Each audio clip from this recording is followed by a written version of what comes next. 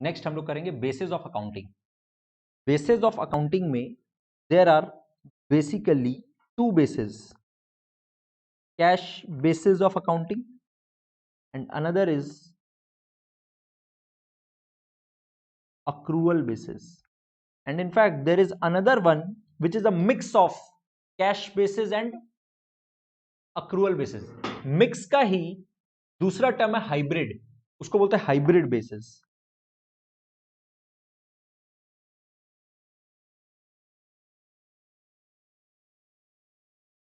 Mix of cash and accrual.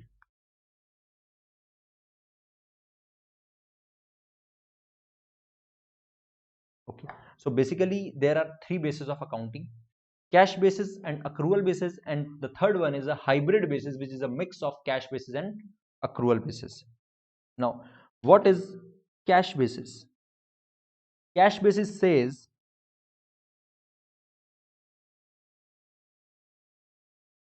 income recorded on receipt and expense recorded on payment।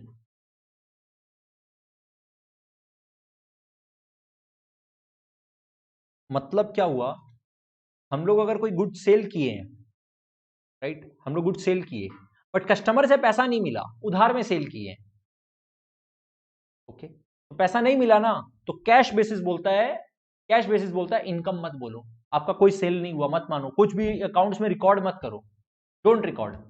जब पैसा मिलेगा ना तब बोलना इनकम हुआ है, राइट। सिमिलरली जब हम लोग गुड्स परचेज कर रहे हैं और हम लोग पेमेंट नहीं किए, पेमेंट हम लोग बाद में करेंगे, राइट, मतलब पेबल हो गया, लेकिन कैश बेसिस बोलता है कि नहीं इसको रिकॉर्ड मत करो, कुछ भी मत करो बुक्स में, जब पेमेंट करोगे ना तब बोलना एक्सपेंस है, राइट। एक और एग्जांपल, हम लोग का सैलरी का खर्चा हो गया बट अभी तक पेमेंट किए नहीं है, कैश बेसिस बोलता है मत बोलो, कुछ भी रिकॉर्ड मत करो, जब पेमेंट करोगे ना सैलरी का तब बोलना खर्चा हुआ है, तब तक खर्चा मत बोलो, राइट। ये कैश बेसिस अकाउंटिंग है। ये कैश बेसिस अकाउंटिंग में क्या दिक्कत है अभी आप लोग को बताएंगे, सुनना। एग्जाम्पल,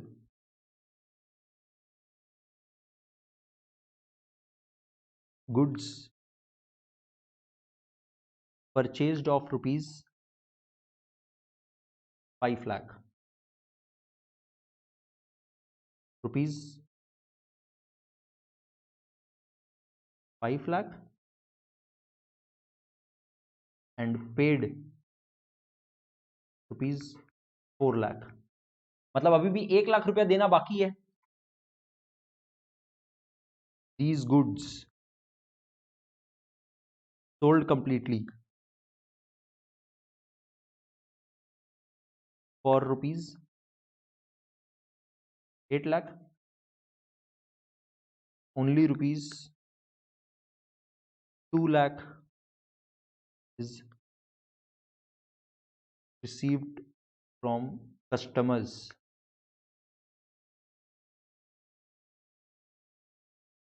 तो अब कैश बेसिस क्या बोलता है,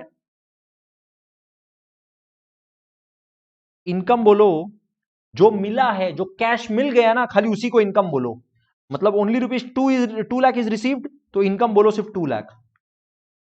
और एक्सपेंस किसको बोलो, जो पेमेंट एक्चुअल में हो गया, राइट, बस वही एक्सपेंस है, जो पेमेंट नहीं किए ना वो एक्सपेंस नहीं है।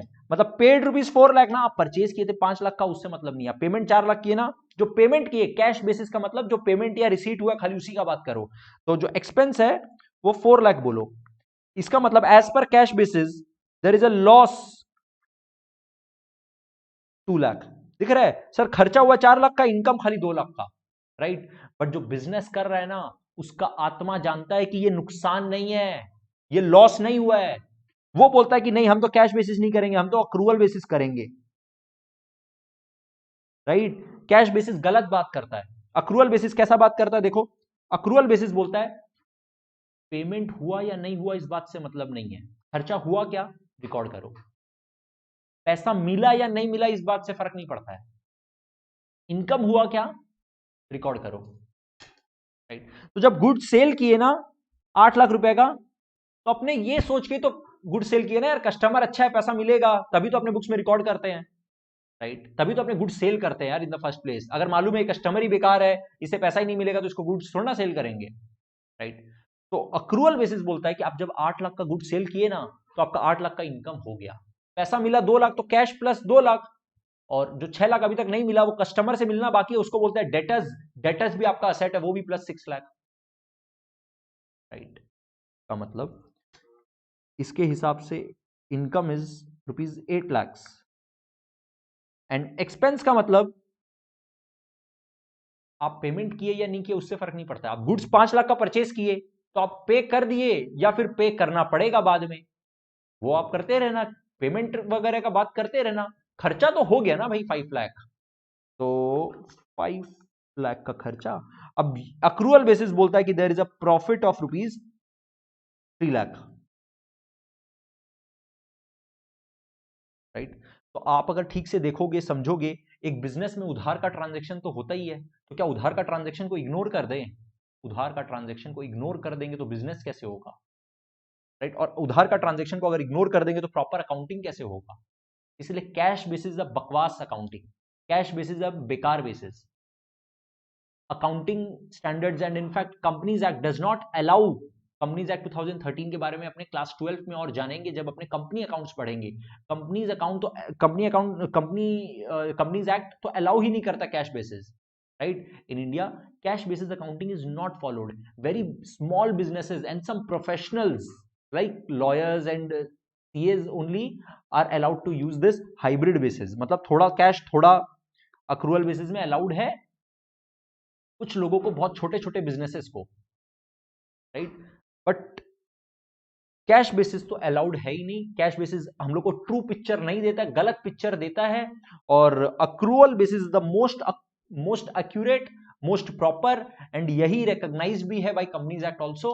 एंड अपने भी यही वाला फॉलो करेंगे, यही मेथड से करेंगे when we are discussing cash basis. ये सिर्फ अपने जब ये वाला चैप्टर कर रहे हैं ना, बेसिस ऑफ अकाउंटिंग, बस यहां पर ही खाली अपने कैश बेसिस का थोड़ा सा डिस्कशन कर रहे हैं। अदरवाइज जो अपने पूरा अकाउंटिंग करने वाले हैं वो अक्रूवल बेसिस ही है।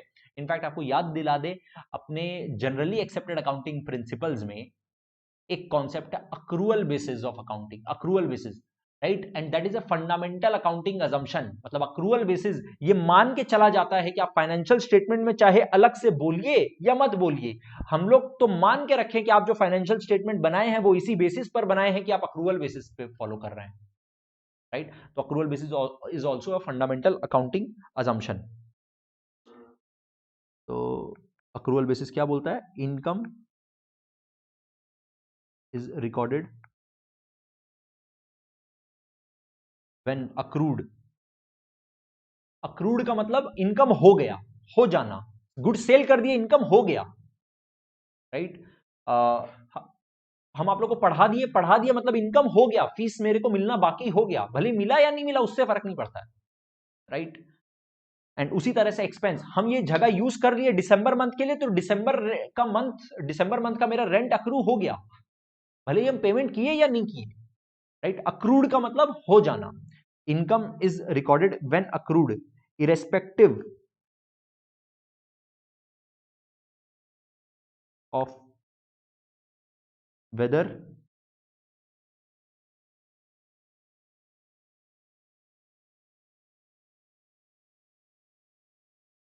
received or not. Similarly, expense is recorded when accrued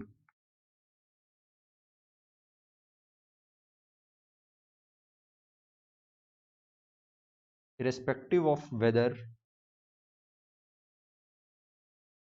paid or not. Hybrid basis का मतलब मिक्स है, ये तो बोल ही दिए, बट इसमें एक और बात बस छोटा सा लिख लो कि यहां पे cash basis is not allowed और permitted, accrual basis is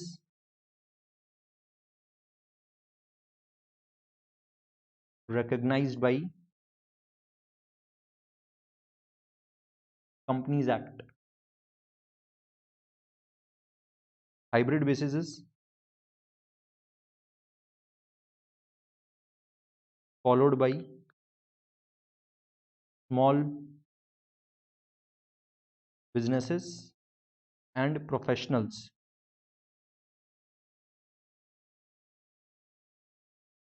like lawyers and CAs, lawyers and doctors लिख लो।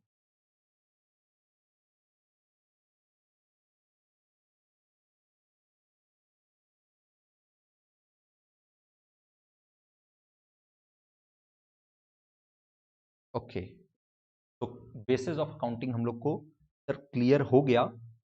अब एक इलस्ट्रेशन इसका कर लेते हैं तो पूरा अच्छे से कंप्लीट हो जाएगा, राइट। ये अपने रेगुलर मटेरियल का अपने इलस्ट्रेशन नंबर 9 है जो कर रहे हैं। ओके, तो अपना बेसिस ऑफ अकाउंटिंग का जो मटेरियल है उसका क्वेश्चन नंबर 9 एक कॉम्प्रिहेंसिव अच्छा क्वेश्चन है, अपने वो एज एन एग्जांपल अपने रिवीजन में कर रहे हैं। देखो, from the following information determine the profit earned और लॉस इनकर्ड, राइट। प्रॉफिट या लॉस कैलकुलेट करना है when cash basis of accounting is followed या accrual basis of accounting is followed. चलो अपने दोनों को साथ साथ देखते हैं। पहले कैश बेसिस देखें, इनफैक्ट दोनों साथ साथ में करते हैं, cash basis and accrual basis. दोनों में जो जो इनकम आता रहेगा आप इनकम ऐड करते रहना,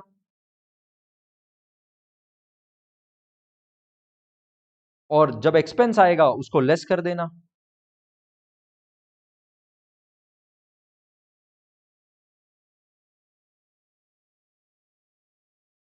परफेक्ट, तो अपने एक साथ ही क्वेश्चन रीड करते करते दोनों बेसिस कंप्लीट कर देंगे। कैश सेल्स, ये तो दोनों के हिसाब से इनकम है। अरे कैश सेल जो किया तो सेल तो हो ही गया, सेल हो गया तो अक्रूवल बेसिस के हिसाब से भी income. And because cash cell है, कैश सेल का मतलब गुड सेल किया और कैश साथ साथ ही मिल गया, तो कैश बेसिस के हिसाब से भी बिकॉज कैश मिल गया तो ये इनकम है, दोनों में इनकम है।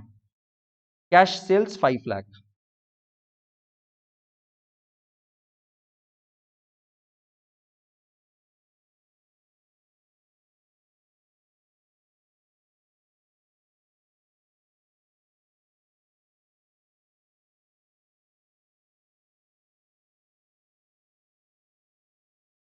नेक्स्ट, क्रेडिट सेल, गुड्स उधार में बेचे हैं, जो उधार में बेचे हैं मतलब कैश नहीं मिला, कैश नहीं मिला मतलब कैश बेसिस के हिसाब से इनकम नहीं है, बट अक्रूवल बेसिस के हिसाब से ये इनकम है, तो अपने अक्रूवल बेसिस में इसको इनकम लेंगे, बट कैश बेसिस में इसको इनकम नहीं लेंगे। कितना है? 2 लाख। अक्रूवल बेसिस जब करेंगे तो क्रेडिट सेल्स भी एक इनकम हो गया।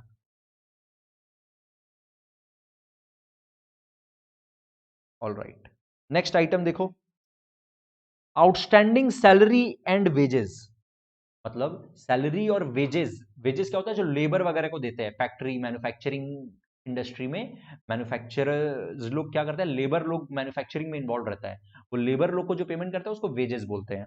ओके, तो वेजेस का खर्चा हो गया, सैलरी का खर्चा हो गया, अभी तक पेमेंट नहीं किए, उसी को बोलते हैं outstanding salary and wages. Because payment नहीं किए तो कैश बेसिस के हिसाब से कोई खर्चा नहीं हुआ, बट अक्रूवल बेसिस क्या बोलता है? खर्चा हो गया ना, रिकॉर्ड करो। पेमेंट नहीं किए तो क्या हुआ? बाद में पे तो करना पड़ेगा ना। तो अक्रूवल कॉन्सेप्ट के हिसाब से ये 4000 एक्सपेंस है, कैश बेसिस के हिसाब से नहीं है। आउटस्टैंडिंग सैलरीज एंड वेजेस अपने अक्रूवल बेसिस के हिसाब से एक्सपेंसेस लेंगे। Outstanding salary and wages 4000। Next item, insurance paid in advance, right. ध्यान से सोचो, अपने इंश्योरेंस, इंश्योरेंस क्या होता है अपने और डिटेल में समझेंगे। जनरली क्या होता है ना, बिजनेसेस क्या करते हैं, अपने स्टॉक को, अपने फिक्स्ड एसेट्स को इंश्योरेंस कंपनी के पास जाते हैं और इंश्योर करा लेते हैं। इंश्योर करा लेते हैं मतलब रिस्क को कवर कर लेते हैं कि कोई आग लगने से या कोई बाढ़ आने से या अर्थक्वेक आने से या कोई सुनामी आने से, अगर मेरे फैक्ट्री में, अगर मेरे गोडाउन में, अगर कोई प्लांट एंड मशीनरी या कोई फिक्स्ड एसेट्स का या स्टॉक का अगर नुकसान होता है तो इंश्योरेंस कंपनी प्लीज मेरे को उस नुकसान का ना तुम भरपाई कर देना, तुम मेरे को पेमेंट कर देना, राइट, मेरा जितना नुकसान होगा तुम मेरे को दे देना। इंश्योरेंस कंपनी बोलता है अच्छा ठीक है, अगर इस साल में आपका इस डेट से लेकर के इस डेट तक अगर आपका कोई भी नुकसान होता है तो उसका भरपाई हम कर देंगे, उसके लिए मेरे को एक छोटा सा प्रीमियम दे दीजिए, राइट, बिकॉज वो तो अनफोर्सिन सिचुएशन है ना, अगर अनफोर्सिन सिचुएशन हुआ तो तुम टेंशन मत लेना, तुम्हारा भरपाई हम कर देंगे, इंश्योरेंस कंपनी बोल रहा है, लेकिन क्योंकि हम तुम्हारा ये रिस्क को कवर करेंगे इसके लिए मेरे को एक प्रीमियम दे दो, उसी को बोलते हैं इंश्योरेंस प्रीमियम, राइट। तो इंश्योरेंस प्रीमियम एक बिजनेस के लिए खर्चा होता है, राइट। तो अब यहां पे क्या बोल रहा है, इंश्योरेंस पेड इन एडवांस, मतलब आज हम लोग अभी है मार्च में और अपने इंश्योरेंस का पेमेंट कर दिए अप्रैल में जून जुलाई अगस्त सितंबर के लिए, राइट। तो ये अभी तक अप्रैल में जून जुलाई अगस्त सितंबर ये मंथ्स जब तक नहीं बीत जाता, जब तक ये समय नहीं निकल जाता, तब तक वो मेरा एक्सपेंस नहीं हुआ इंश्योरेंस प्रीमियम वाला खर्चा। खर्चा कब होगा, जब वो समय बीत जाएगा तब बोलेंगे खर्चा। लेकिन हम पेमेंट आज ही कर दिए, पेमेंट आज ही कर दिए तो क्या हुआ, अक्रूवल बेसिस बोलता है कि पेमेंट से कोई मतलब नहीं है, खर्चा हुआ क्या, नहीं सर खर्चा अभी तक नहीं हुआ, खर्चा कब होगा, जब एक्चुअल में वो टाइम बीत जाएगा, जब वो समय बीत जाएगा तब बोलेंगे खर्चा हुआ, जब तक वो समय नहीं बीत जाता तब तक खर्चा नहीं हुआ। लेकिन कैश बेसिस बोलता है कि पेमेंट कर दिए क्या, खर्चा हो गया, बस बाकी बात मत सोचो, कुछ मत सोचो, पेमेंट कर दिए क्या, खर्चा हो गया। तो ये जो इंश्योरेंस पेड है 2500 का, ये इन एडवांस है, मतलब खर्चा अभी तक अक्रूवल बेसिस के हिसाब से नहीं हुआ, बट कैश बेसिस के हिसाब से ये खर्चा हो गया 2500। Insurance paid in advance, right. तो कैश बेसिस के हिसाब से ये एक्सपेंस अपने बुक कर दिए। नाउ आउटस्टैंडिंग इलेक्ट्रिसिटी एक्सपेंस, एकदम सिमिलरली सर ये खर्चा है, लाइबिलिटी हो गया बट अभी तक पेमेंट नहीं किए, तो अक्रूवल कॉन्सेप्ट के हिसाब से तो खर्चा है, कैश बेसिस के हिसाब से क्योंकि पेमेंट नहीं हुआ तो खर्चा नहीं है, तो अक्रूवल बेसिस में इसको एक्सपेंस लिख दीजिए 1000।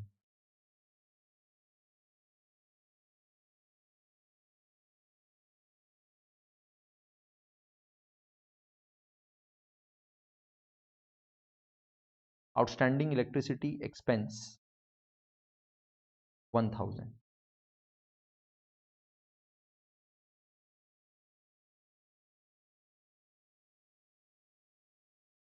Next, income received excluding income received in advance, right. जैसे ये कोई है ना इंटरेस्ट का इनकम, यार मेरे पास कोई प्रॉपर्टी पड़ा था उसको हम रेंट पे लगा दिए तो रेंट का इनकम, या कमीशन का इनकम, ये सब जो इनकम होता है ना, बोल रहा इनकम रिसीव्ड 5000, और ये वाला जो इनकम रिसीव हुआ है ना, ये जो इनकम रिसीव हुआ है, हम लोग को कुछ इनकम क्वेश्चन बाद में बोलने वाला है, जैसे देखो नेक्स्ट लाइन में ही बोल दिया इनकम रिसीव्ड इन एडवांस, का मतलब कुछ ऐसा भी हम लोग को कमीशन का या इंटरेस्ट का या रेंट का ऐसा इनकम भी मिल गया जो अभी तक एक्चुअल में हम लोग का इनकम हुआ नहीं है, वो अक्रू नहीं हुआ अभी तक, बट पेमेंट मिल गया, इसको अनअर्न्ड इनकम भी बोलते हैं, राइट। तो income received in advance accrual concept के हिसाब से, अक्रूवल कॉन्सेप्ट बोलता है कि जब इनकम हो जाए तब इनकम बोलना, पैसा मिल गया तो क्या हुआ, पैसा मिलने या नहीं मिलने से कुछ नहीं होता है, इनकम हो गया क्या, इनकम कब होगा, जब एक्चुअल में सर्विस दे देंगे, राइट। तो ये बोल रहा है income received in advance, income received in advance का मतलब सर इनकम अभी तक हुआ नहीं है बट पैसा मिल गया, और कैश बेसिस बोलता है कि अगर पैसा मिल गया मतलब इनकम, राइट। और ये वाला भी बोल रहा है देखो इनकम रिसीव्ड, ये वाला पॉइंट जो ऊपर वाला है ना इनकम रिसीव्ड, इसमें इनकम रिसीव्ड इन एडवांस जो नीचे लिखा हुआ ना ये एक्सक्लूडेड है, मतलब ये 5000 अलग है, ये 1000 अलग है, ध्यान से समझो थोड़ा सा केयरफुली।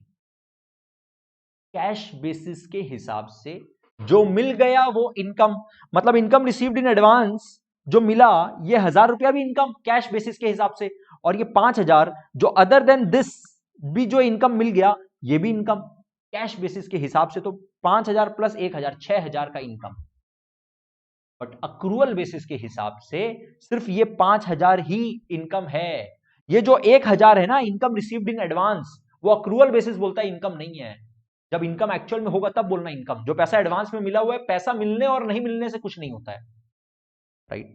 इसका मतलब सर जब कैश बेसिस का इनकम रिकॉर्ड करेंगे तो यहां बोलेंगे इनकम रिसीव्ड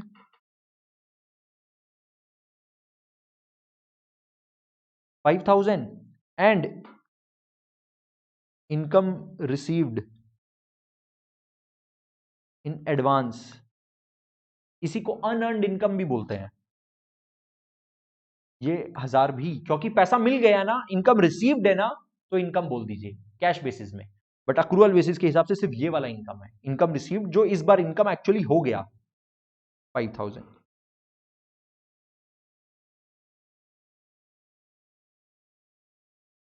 कितना है amount? Only 5000। All right, next, income earned but not received. अब क्या बोल रहा है, हम लोग का कमीशन का इनकम या कोई और इनकम हो गया, इनकम अक्रू हो गया, इनकम अर्नड, अर्नड का मतलब अक्रूड, बट अभी तक मिला नहीं है। अक्रूवल कॉन्सेप्ट बोलता है पैसा मिला या नहीं मिला इस बात से फर्क नहीं पड़ता, ये 3000 इनकम अक्रू हो गया मतलब इनकम हो गया, इनकम रिकॉर्ड करो। बट कैश बेसिस के हिसाब से क्योंकि पैसा मिला नहीं है, नॉट रिसीव्ड है, तो ये इनकम नहीं है। तो this is an income only in accrual concept 3000। Accrual concept के हिसाब से income earned not received 3000। Very good.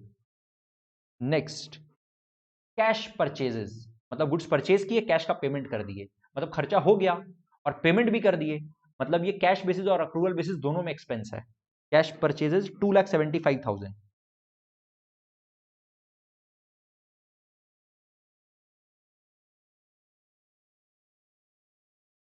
$2,75,000।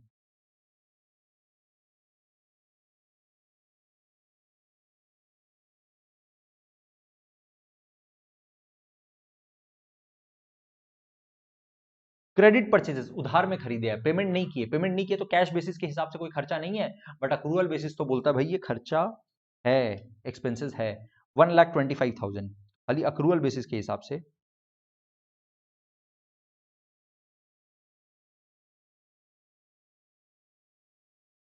$1,25,000।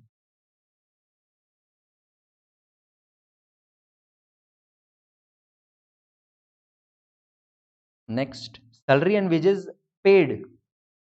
Payment कितना कर दिए सैलरी वेजेस का, अगर पेमेंट कर दिए इसका मतलब खर्चा हो गया। सैलरी एंड वेजेस पेड, मतलब पेड का मतलब कैश बेसिस के हिसाब से भी एक्सपेंस है क्योंकि पेमेंट हो गया, और अक्रूवल बेसिस के हिसाब से भी एक्सपेंस है बिकॉज सैलरी एंड वेजेस का खर्चा हो गया और पेमेंट कर दी, खर्चा हो गया तो रिकॉर्ड करो, ये दोनों में एक्सपेंस है। Salary and wages paid 44,000।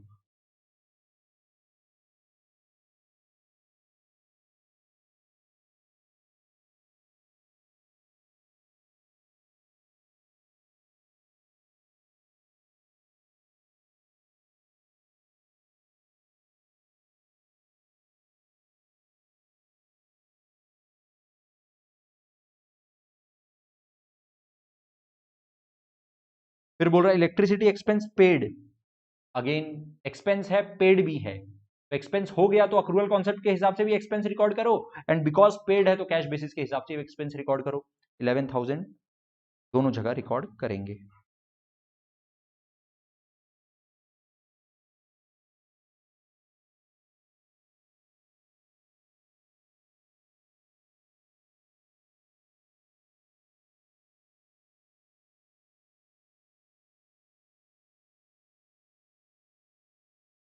Paid 11,000।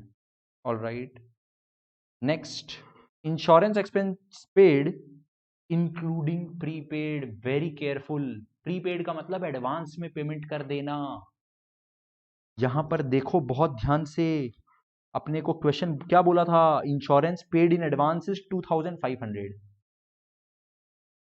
ठीक है, मतलब दिस इज ऑल्सो कॉल्ड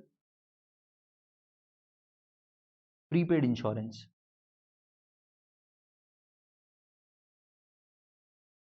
अभी यहां पर बोल रहा है इंश्योरेंस एक्सपेंस का पेमेंट हुआ है 10,000 का, बट दिस इंक्लूड्स 2,500 इसके अंदर इंक्लूडेड है जो कि प्रीपेड है। ध्यान से समझो, ये जो 2,500 है ना, ये जो 2,500 है, ये प्रीपेड है, मतलब एक्सपेंस अभी तक हुआ नहीं है बट पेमेंट कर दिए, तो कैश बेसिस के हिसाब से तो सर एक्सपेंस है। और कैश बेसिस के हिसाब से ये वाला एक्सपेंस हम लोग ऑलरेडी बुक कर भी चुके हैं। 2500 को हम लोग ऑलरेडी, देखो कैश बेसिस में ना, ये कैश बेसिस में हम लोग इंश्योरेंस पेड इन एडवांस 2500 लिख चुके हैं, और अक्रूवल कॉन्सेप्ट के हिसाब से अपने ये एक्सपेंस नहीं लिखे हैं, बिकॉज एक्चुअल में ये इंश्योरेंस पेड इन एडवांस है, इंश्योरेंस का खर्चा नहीं हुआ है 2500, इसलिए नहीं लिखे। बट अब क्वेश्चन बोल रहा है कि टोटल पेमेंट हुआ है 10,000 का, और उसमें से 2500 का प्रीपेड इंक्लूडेड है, मतलब 10,000 minus 7,500 minus 2,500, that is equal to 7,500 is accrued and paid also। देखो पेमेंट तो पूरा हो गया ना, इसमें से 2,500 तो हम लोग ऑलरेडी कैश बेसिस में बुक कर दिए, और ये 7,500 का और पेमेंट हुआ है, तो कैश बेसिस के हिसाब से भी ये एक्सपेंस आएगा, और अक्रूवल कॉन्सेप्ट के हिसाब से भी ये 7,500 एक्सपेंस आएगा। अपने क्या लिखेंगे कैश बेसिस के हिसाब से भी, इंश्योरेंस एक्सपेंस पेड 7,500, एंड यहां पे भी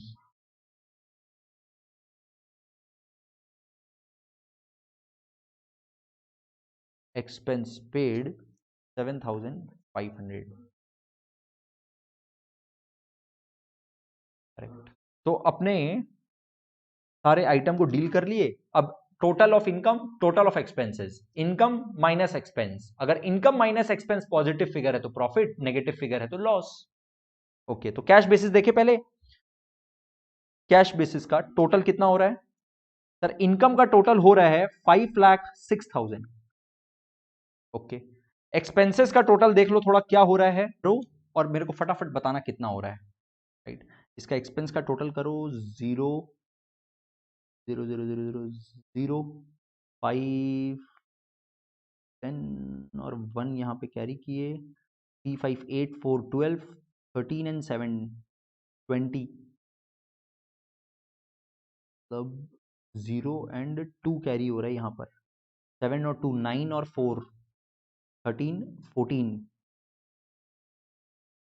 1 3, मतलब 3,40,000। नाउ वेरी केयरफुली, अपना कैश बेसिस के हिसाब से इनकम हो रहा है 5,06,000 का, इसमें अपने लेस एक्सपेंसेस जब करते हैं दैट इज 3,40,000, तो अपने पास प्रॉफिट बचता है, क्योंकि इनकम ज्यादा है। देखो तो प्रॉफिट कितना हो रहा है, 5,06,000 माइनस 3,40,000, 5,06,000 माइनस 3,40,000 गिव्स अस 1,66,000 का profit as per cash basis of accounting. Next, अगर अक्रूवल बेसिस ऑफ अकाउंटिंग को ध्यान से देखो, तो अक्रूवल बेसिस में सर इनकम कितना हो रहा है, 5 और 2 7 लाख, 7,08,000। ओके, अब अगर इसका टोटल करें एक्सपेंसेस का, तो 0 then 0 0 0 0 0 0 0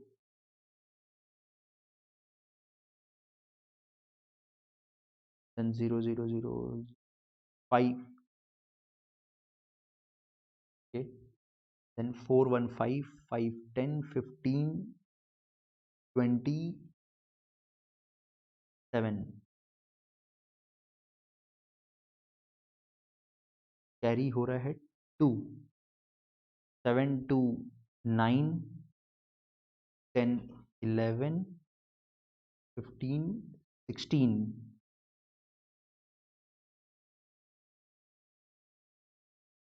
1 1 2 3 4 4,67,500 is the total expenses, therefore profit कितना हुआ,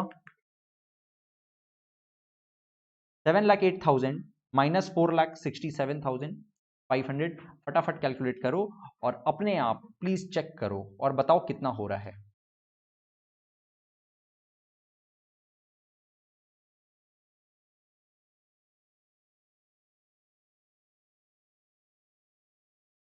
it's coming 2,40,500। Very good, right. तो अपने देख पा रहे हैं sir, as per cash basis अपना प्रॉफिट हो रहा है 1,66,000, एज पर अक्रूवल बेसिस अपना प्रॉफिट हो रहा है 2,40,500।